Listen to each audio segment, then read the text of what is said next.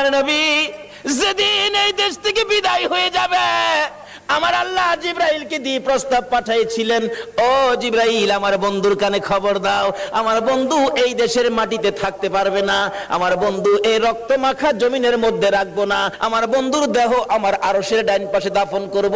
জিবরাইল খবর নিয়ে ডাকতেছেন, হুজুর আল্লাহর সালাম গ্রহণ করুন। আমি জিবরাইলের সালাম গ্রহণ করুন। আল্লাহর নবী গো, আপনার দেহ মোবারক আল্লাহর আরশের ডাইন পাশে দাফন হবে, আপনি খুশির সহিত কবুল করুন। আমার নবী কোনো কথা কয় না, দুইটা চোখের পানি জর্জর করে ছাড়তেছে। জিবরাইল বলেন, ইয়া রাসূলুল্লাহ, এত সুন্দর প্রস্তাব নিয়ে আসলাম, কোনো কথা কন না, খালি কাঁদেন কেন জানতে চাই।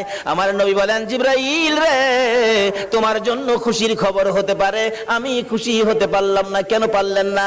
রে জিবরাইল, আমার দাফন আল্লাহর আরশের ডান পাশে হবে, আমি জানতে চাই আমার গুনাহগার উম্মতের